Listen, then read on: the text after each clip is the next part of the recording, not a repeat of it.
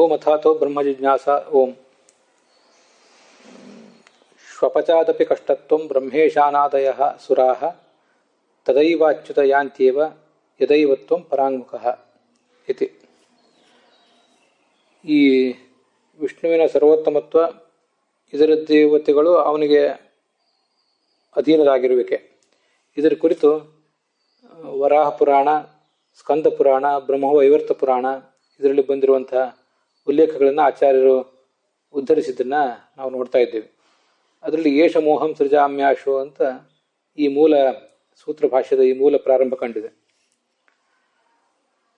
ಅಲ್ಲಿ ಅತಥ್ಯ ವಿತಥ್ಯ ಅಂತ ಒಂದು ಸಂಗತಿ ಬಂದಿತ್ತು. ಅತಥ್ಯ ಅಂದರೆ ಪೂರ್ಣ ಸುಳ್ಳೇ ಆದದ್ದು. ಅತಥ್ಯಂ ಅಂದರೆ ಅವಿದ್ಯಮಾನಂ ಲಿಂಗಮೂಲ ಅನ್ವೇಷಣಾದಿ ಇತಿ ಭಾವಬೋಧೆ, ಎಲ್ಲೂ ಇಲ್ಲದೇ ಇದ್ದದ್ದು ಅದನ್ನು ಅತಥ್ಯ ಅನ್ಬೇಕು. ವಿತಥ್ಯ ಅಂದರೆ ಇದ್ದದ್ದು ಆದರೆ ವಿಷ್ಣುವಿನಲ್ಲಿ ಇದ್ದ ಗುಣವನ್ನು ಶಿವನಲ್ಲಿ ಹೇಳೋದು, ಇದು ವಿತಥ್ಯ ಅಂದರೆ. ಅಲ್ಲಿ ಅತಥ್ಯ ಅಂದರೆ ಒಟ್ಟಾರೆ ಎಲ್ಲೂ ಇಲ್ಲದೇ ಇದ್ದದ್ದು, ಪ್ರಮಾಣ ರಹಿತವಾದದ್ದು, ಲಿಂಗಮೂಲ ಅನ್ವೇಷಣ ಅಂತ ಬಂದಿದೆ. ಇದರ ಕುರಿತಾಗಿ ಶ್ರೀನಿವಾಸ ತೀರ್ಥರ ವಾಕ್ಯಾರ್ಥ ವಿವರಣ ಟಿಪ್ಪಣಿಯಲ್ಲಿ ಅಯಮತ್ರ ಸೇತು ಮಾಹಾತ್ಮ್ಯ ಇತಿಹಾಸ ಅಂತಿದೆ, ಅದನ್ನು ಗಮನಿಸಬೇಕು. ವಿಷ್ಣು ವಿರಿಂಚವು ಉತ್ತಮತ್ವೇ ವಿವದಮಾನವು ರುದ್ರಮೀಯತು. ವಿಷ್ಣು ಮತ್ತು ಬ್ರಹ್ಮ ಇವರಿಬ್ಬರು ಕೂಡ ಯಾರು ಸರ್ವೋತ್ತಮರು ಅನ್ನುವ ವಿಷಯದಲ್ಲಿ ವಿವಾದ ಮಾಡ್ತಾ ರುದ್ರನ ಬಳಿಗೆ ಬಂದರು. ತದಾ ಸಹ ತಾವು ಭೌ ಪ್ರತ್ಯಾಹ, ಶಿವ ಅವರಿಬ್ಬರಿಗೂ ಹೇಳಿದಂತೆ. ಏನು ಹೇಳಿದ? ಮಮ ಸಕಿರೀಟಂ ಶಿರಃ ಅವಲೋಕ್ಯ ಆಯಾಹಿ ಇತಿ. ಆಗ ಅವನೇನು ಹೇಳಿದ, ನೀವು ಇಬ್ಬರೂ ಕೂಡ ನನ್ನ ಶಿರಸ್ಸು ಅಂದರೆ ನನ್ನ ತಲೆ, ಮುಖ, ಸಕಿರೀಟಂ ಕಿರೀಟದಿಂದ ಕೂಡಿದ ನನ್ನ ಶಿರಸ್ಸನ್ನು ನೋಡಿ ಅದರ ಪೂರ್ಣ ಅವಲೋಕನ ಮಾಡಿ ನನ್ನ ಬಳಿಗೆ ಬರಬೇಕು ಅಂತ ಈ ಥರ ಹೇಳಿದೆ. ಆಯಾಹಿ ಇತಿ. ಇತಿ ಆದಮೇಲೆ ಹಳೆಯ ಪುಸ್ತಕಗಳಲ್ಲಿ ಫುಲ್ ಸ್ಟಾಪ್ ಇಲ್ಲ, ಒಂದು ದಂಡ ಇರಬೇಕಾಗಿತ್ತು. ಹೊಸ ಪುಸ್ತಕದಲ್ಲಿ ಇದ್ದರೆ ತೊಂದರೆ ಇಲ್ಲ, ಇಲ್ಲದೆ ಹೋದರೆ ಅದನ್ನು ಹಾಕ್ಕೊಳ್ಳಿ. ಆಮೇಲೆ ವಿರಿಂಚಃ ನಭಸ್ಯುಪರಿ ಗತ್ವ ಮೂರ್ಧಾನಂ ಅಪಶ್ಯನ್ ಶ್ರಾಂತಃ. ಹಳೆಯ ಪುಸ್ತಕದಲ್ಲಿ ನ ಭಸ್ಯುಪರಿ ಅಂತ ಹೀಗೆ ನ ಆದ್ಮೇಲೆ ಸ್ವಲ್ಪ ಸ್ಪೇಸ್ ಇದೆ, ಅದು ಯೋಗ್ಯ ಅಲ್ಲ. ನಭಸ್ಯುಪರಿ ಅಂತ ಒಂದೇ ಶಬ್ದ ಆಗಬೇಕು. ನಭಸ್ ಅಂದರೆ ಆಕಾಶ, ಚತುರ್ಮುಖ ಬ್ರಹ್ಮ ಅಂದರೆ ವಿರಿಂಚದ ಚತುರ್ಮುಖ ಬ್ರಹ್ಮ, ಅವನು ನಭಸ್ಯುಪರಿ ಆಕಾಶದ ಮೇಲೆ ಸಂಚಾರ ಮಾಡಿ, ಅಂದರೆ ಆಕಾಶದಲ್ಲಿ ಸಂಚಾರ ಮಾಡಿ, ಗತ್ವ ಸಂಚಾರ ಮಾಡಿ ಮೂರ್ಧಾನಂ ಅಪಶ್ಯನ್ ಚತುರ್ಮುಖ ಶಿವನ ತಲೆಯನ್ನು ನೋಡಲಿಕ್ಕಾಗದೆ ಶಾಂತಃ ಬಳಲಿದ. ಆಗ ಕೇತಕಿ ಅಂದರೆ ಕೇತಕಿ ಪುಷ್ಪ, ಕೇರಿಗೆ ಹೂವು ಮತ್ತು ಕಾಮಧೇನು ಇವೆರಡೂ ಕೂಡ ಆ ತಲೆ ಕಡೆಯಿಂದನೇ ಬರ್ತಾ ಇದ್ದವು. ಇವನು ಎಲ್ಲಿ ಸಂಚಾರ ಮಾಡ್ತಾ ಇದ್ನೋ ಅಲ್ಲಿಂದಲೇ ಅವು ಬರ್ತಾ ಇದ್ದವು. ಅದನ್ನ ಇವನು ನೋಡಿದಾಗ ಆಗ ಇವನು ಅವುಗಳನ್ನು ಕೇಳಿದ, ಕಸ್ಮಾತ್ ಸ್ಥಾನಾತ್ ಆಗಚ್ಚತಂ ಅಂತ, ನೀವಿಬ್ಬರು ಎಲ್ಲಿಂದ ಬರ್ತಾ ಇದ್ದೀರಿ ಅಂತ. ಇತಿ ಪೃಷ್ಟವು, ಹೀಗೆ ಕೇಳಲ್ಪಟ್ಟ ಅವರಿಬ್ಬರು ಕೂಡ ಊಚತು. ಬಹುಕಲ್ಪ ಕಾಲ ಆಸೀತ್ ತ್ವಮದ್ಯಾಪಿ ನ ಏಕದೇಶಮಪಿ ಆಗತಃ.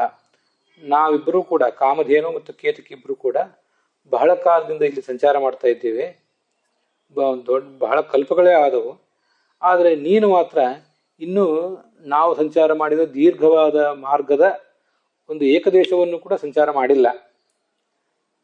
ತಸ್ಮಾತ್, ಆದ್ದರಿಂದ ವ್ಯಾವೃತ್ಯ ಆವಾಭ್ಯಾಂ ಸಹ ಆಗಚ್ಚ, ಆದ್ದರಿಂದ ಇನ್ನೇನು ಬಹಳ ಸಂಚಾರ ಮಾಡಬೇಕಾದ ಅಗತ್ಯ ಇದ್ದಂತೆ ಕಾಣಿಸೋದಿಲ್ಲ. ವ್ಯಾವೃತ್ಯ ಮರಳಿ ಆವಾಭ್ಯಾಂ ಸಹ ಆಗಚ್ಚ, ನಮ್ಮ ಜೊತೆಗೆ ಬಂದುಬಿಡು. ಇತ್ಯುಕ್ತ ವಿರಿಂಚ ತಥಾ ಚಕ್ರೆ. ಆದ್ದರಿಂದ ಆ ಚತುರ್ಮುಖ ಬ್ರಹ್ಮ ಆ ಕೇತಕಿ ಮತ್ತು ಕಾಮಧೇನು ಹೇಳಿದಂತೆ ಹಾಗೆ ಮಾಡಿದ. ಶಿವನ ಬಳಿಗೆ ಬಂದ. ಅಲ್ಲಿ ಅವನಿಗೆ ಹೇಳಿದ, ಮಯಾ ತ್ವಚ್ಚಿರಃ ಅವಲೋಕಿತಂ, ನಾನು ನಿನ್ನ ತಲೆಯನ್ನು ನೋಡಿದೆ. ತತ್ರ ಏತವು ಸಾಕ್ಷಿಣವು, ಈ ಕೇತಕಿ ಹೂವು ಮತ್ತು ಈ ಕಾಮಧೇನು ಇವರಿಬ್ಬರೇ ಸಾಕ್ಷಿಯಾಗಿದ್ದಾರೆ. ಇತಿ ತಥಾ ಚಕ್ರೆ ಇತಿ ತಾವಪಿ ತಥೈವಂ ಇತಿ ಪ್ರೋಚತು. ಆ ಕಾಮಧೇನು ಮತ್ತು ಕೇರಿಗೆ ಹೂವು ಕೂಡ ತಥೈವಂ, ಹೌದು ಈ ಥರ ನಮ್ಮ ಅಲ್ಲೆಲ್ಲ ಹೋಗಿ ಬಂದದ್ದು ಹೌದು, ನಾವೇ ಅದಕ್ಕೆ ಸಾಕ್ಷಿಯಾಗಿದ್ದೇವೆ ಅಂತ ಅವರು ಕೂಡ ಒಪ್ಕೊಂಡ್ರು. ಇಲ್ಲಿ ಏನೋ ವಾಕ್ಯ ಬಿಟ್ಟು ಹೋಗಿದೆ ನೋಡಿ. ಇತ್ಯುಕ್ತಃ ವಿರಿಂಚಃ ತಥಾ ಚಕ್ರೆ. ಹಾಗೆ ಚತುರ್ಮುಖ ಬ್ರಹ್ಮ ಹೇಳಿದ. ಹೇಳಿ ಶಿವನ ಬಳಿಗೆ ಬಂದು ಅವನಿಗೆ ಹೇಳಿದ. ಶಿವನ ಬಳಿಗೆ ಬಂದು ಅವನಿಗೆ ಹೇಳಿದ ಅನ್ನೋ ವಾಕ್ಯ ಅಲ್ಲಿಲ್ಲ. ಮಯಾ ತ್ವಚ್ಚಿರಃ ಅವಲೋಕಿತಂ ತತ್ರೈತೋ ಸಾಕ್ಷಿಣವು ಅಂತ ಇನ್ವರ್ಟೆಡ್ ಕಾಮಾದಲ್ಲಿದೆ. ಅದು ಶಿವನಿಗೆ ಬ್ರಹ್ಮ ಹೇಳಿದ ಮಾತು. ಆದರೆ ಶಿವನಿಗೆ ಹೇಳಿದ, ಶಿವನ ಬಳಿಗೆ ಬಂದ ಅಂತ ಅನ್ನೋದು ಅಲ್ಲಿ ಕಾಣಿಸ್ತಾ ಇಲ್ಲ. ಮತ್ತು ಮುಂದೂ ಕೂಡ ಏನೋ ಒಂದು ಸಣ್ಣ ವಾಕ್ಯ ತಪ್ಪಿ ಹೋಗಿದೆ. ಇರಲಿ, ಅಂತೂ ಕಥೆ ಗೊತ್ತಾಗ್ತದೆ.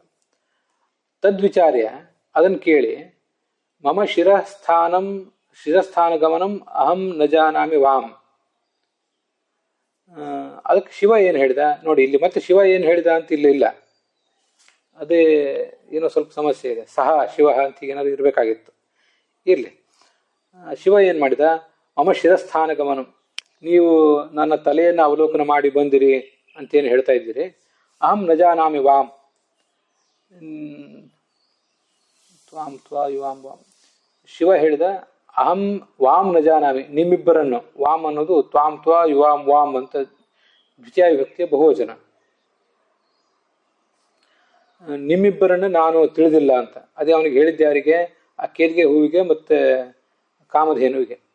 ತ್ವಾಂ ನ ಜಾನ ವಾಮ್ ನ ಜಾನಾಮಿ, ನಿಮ್ಮಿಬ್ಬರ ಬಗ್ಗೆ ನನಗೆ ಗೊತ್ತಿಲ್ಲ.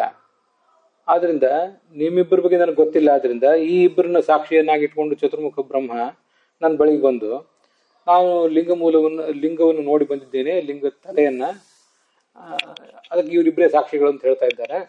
ಆದ್ದರಿಂದ ಯೂಯಂ ತ್ರಯ ಮೃಷಾವಾದಿನಃ, ಚತುರ್ಮುಖ ಬ್ರಹ್ಮ, ಕೇದಿಗೆ ಹೂವು ಮತ್ತು ಈ ಕಾಮಧೇನು ಮೂರೂ ಜನ ಕೂಡ ಮೃಷಾವಾದಿನಃ, ಸುಳ್ಳು ಹೇಳುವವರಾಗಿದ್ದೀರಿ.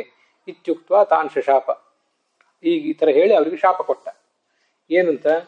ಮುಖಂ ಅಗ್ರಾಹ್ಯಂ ಭೂಯಾದಿತಿ ಧೇನು, ಧೇನುವಿನ ಮುಖ ಅದು ಅಗ್ರಾಹ್ಯ ಆಗಲಿ, ಅದೇನೋ ಹೆಚ್ಚು ಮಂಗಳಕರ ಆಗದೇ ಇರಲಿ ಅಂತ.